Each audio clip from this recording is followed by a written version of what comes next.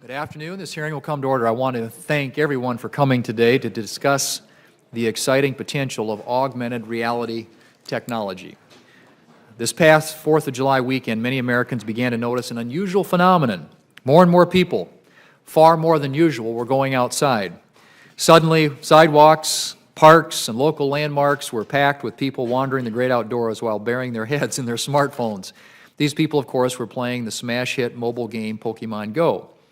But by going out into the real world to find and capture digital creatures, they weren't just playing a game. They were getting their first exposure to the possibilities of augmented reality. Many of us have heard of or experienced virtual reality, which usually involves putting on a headset that covers users' eyes, surrounding them in an artificial world. However, augmented reality, or AR, is different. AR takes digital information and superimposes it onto the real physical environment. Rather than closing the user off from the real world, AR adds virtual content on top of the real world.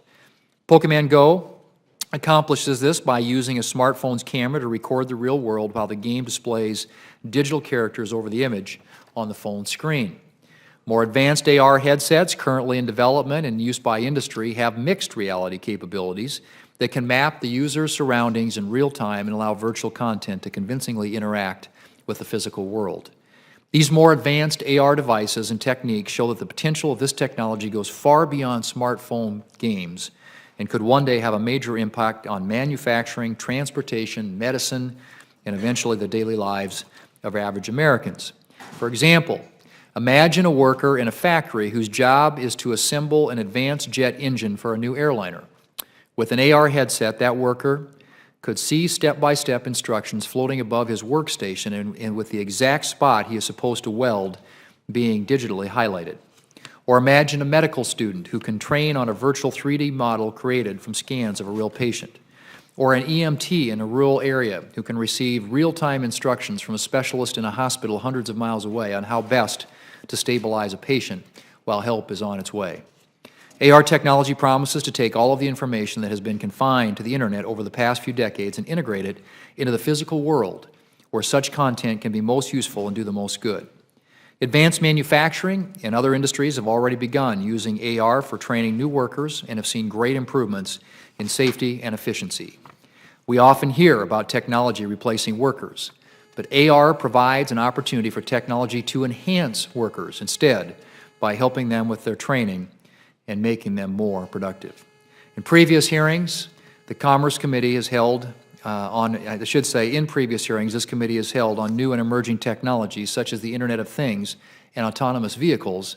I've stressed how important it is for government to avoid jumping in too soon with a heavy-handed regulatory approach. AR is no different.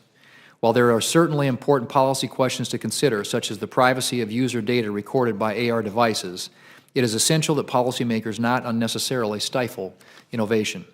Instead, we should foster an environment that maximizes the potential benefits of this promising new technology. There may be obstacles, regulatory or otherwise, to achieving the full potential of AR. Like a Pokemon trainer, the job of this committee is to catch them all. Earlier today, the committee had the great opportunity to see AR in action firsthand. DACRI, Niantic, and the U.S. Army Edgewood Chemical Biological Center provided us with a great demonstration of the smart helmet and a heads-up display for automobiles, which gives drivers important information without having to take their eyes off the road. Pokemon Go and other Niantic apps and military-focused applications of AR. Even though the only reality they could augment was the reality of the Russell Building, it was easy to see the potential of this new technology for a wide range of applications. I want to thank them for making their products available to us today. I look forward to hearing from all of our witnesses to learn more about their experiences with AR and their visions for the future of this promising new technology. And I would say that we would recognize the ranking member, Senator Nelson, but I know he's on the floor speaking at the moment. So I think what we'll do is when he arrives, give him an opportunity to make an opening statement, but proceed with the panel, and I want to welcome all of our witnesses who are here today. Mr. Brian Blau is the Vice President of Research for Gartner, a technology research and advisory company. Mr. John Hankey is the Chief Executive Officer for Niantic Incorporated, developer of Pokemon Go. Mr. Brian Mullins is the co-founder and Chief Executive Officer of DACRI.